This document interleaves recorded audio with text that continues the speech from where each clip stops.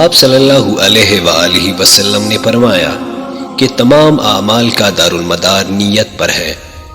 اور ہر عمل کا نتیجہ ہر انسان کو اس کی نیت کے مطابق ہی ملے گا۔ پس جس کی ہجرت ترک وطن دنیا دولت حاصل کرنے کے لیے ہو یا کسی عورت سے شادی کرنے کی غرض ہو، پس اس کی ہجرت انہی چیزوں کے لیے ہوگی جن کے حاصل کرنے کی نیت سے اس نے ہجرت کی ہو۔ صحیح بخاری حدیث نمبر 1۔ آپ صلی اللہ علیہ وآلہ وسلم نے فرمایا کہ وحی نازل ہوتے وقت کبھی مجھ کو گھنٹی کی سی آواز محسوس ہوتی ہے، اور وحی کی یہ کیفیت مجھ پر بہت شاق گزرتی ہے۔ جب یہ کیفیت ختم ہوتی ہے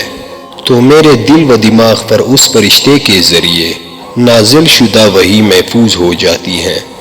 اور کسی وقت ایسا ہوتا ہے کہ فرشتہ میرے پاس بشکل انسان آ جاتا ہے اور مجھ سے کلام کرتا ہے، پس میں اس کا کہا ہوا یاد رکھ لیتا ہوں۔